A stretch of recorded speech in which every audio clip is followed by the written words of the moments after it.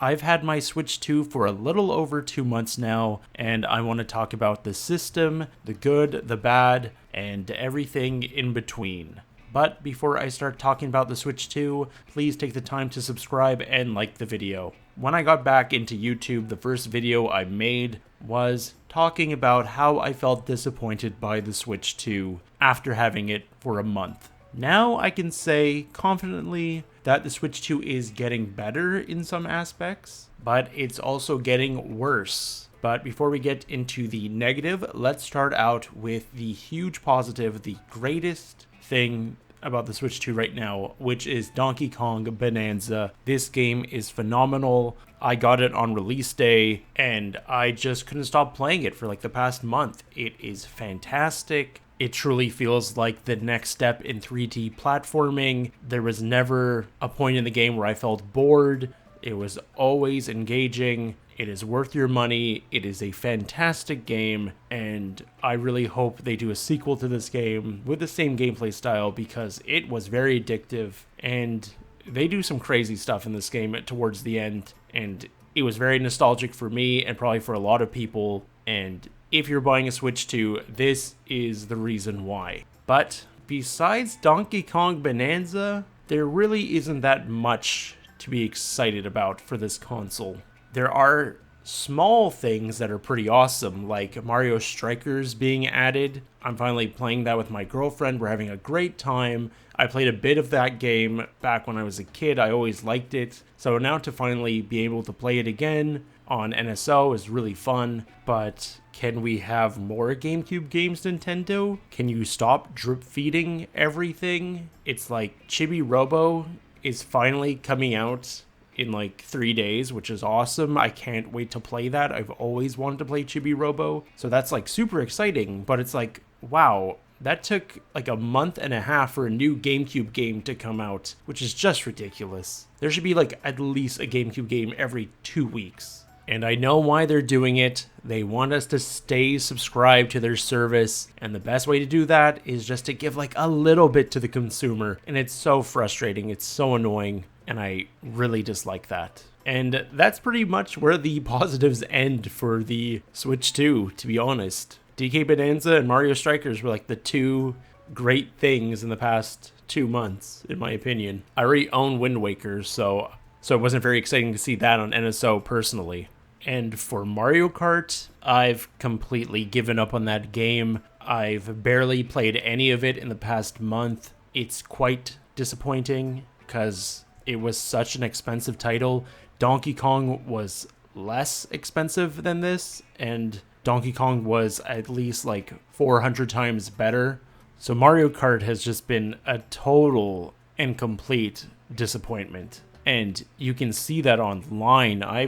I've not stayed up to date with like why everyone's complaining about it, but something happened and people are mad. Jeez. And I don't really blame them. The game just wasn't that great and it was not worth that price. The only way Nintendo can redeem Mario Kart is that they give free updates for the rest of its lifetime. Free tracks, free characters. If we're paying for this game with its premium price, we should be getting all these free updates. And if we have to pay for DLC, I think the whole community will be pretty upset. I know I will be. I don't want to pay for DLC after I spent such a ridiculous amount of money. It's going to be very interesting to see what they do with Mario Kart World. If they're going to put updates, or imagine they don't do anything and it just stays the same, that'd be insane. But we'll just see.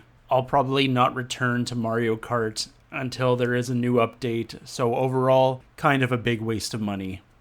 Next thing I want to discuss is Drag X Drive. It's kind of lame, to be honest. I think the gameplay looks fun, but the art style and like character designs are so uninspired. It feels like something you would see from like an indie dev on Steam who like uses free assets. It's so lifeless that it's just like, I'm not paying for this. The gameplay looks fine, but it just feels so soulless, to be honest. It's like when I look at ARMS and their character designs for that game, it's like, okay, this game has a personality, it's interesting. I'm more inclined to be interested in this world. Drag X Drive, it's just like, oh, okay, it's just regular dudes in wheelchairs. Really cool. No, not for me. Not interested, and that pretty much just kills the month of August, because this is like Nintendo's big game for the month, and this leads into the biggest problem with the Switch 2, and that is game key cards. I've already complained about it in my previous video, but I'm going to bring it up again right now because it is a huge problem for physical game collectors like myself. I'm not buying new Switch 2 games unless they're on card, so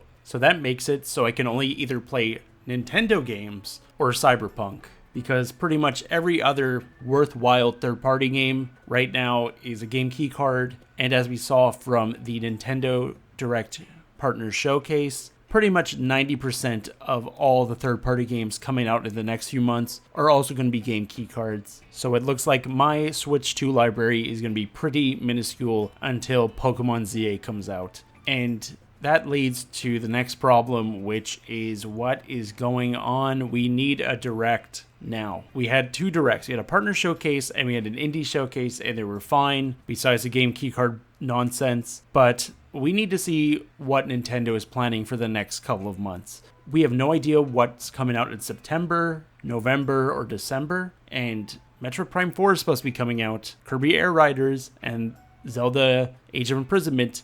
So we need some release dates, or we need to know if those games are going to be postponed. So I'm pretty sure Nintendo is going to have a direct in September, and they'll let us know what's going on with the Switch 2. Overall, I'm feeling better for the console in some regards. Like, the games are great, but everything else is kind of getting worse. Seeing like all those third-party games are going to be on game key cards is just like the biggest turnoff for me, and that really hurt my hype for the Switch 2, because now it feels like I'm just going to be waiting for the big Nintendo releases every month, and I won't have anything in between those releases, and that is going to really hurt the console overall. Because when I look back at the Switch 1, there was a heavy influx of games all the time. I always had something to play. In between the Nintendo releases, I had tons of Square Enix games and Capcom games that I adored on the Switch. So I really hope that they fix the game keycard nonsense, so physical game collectors like myself will feel more inclined to buy more games. So that's my recent thoughts on the Switch 2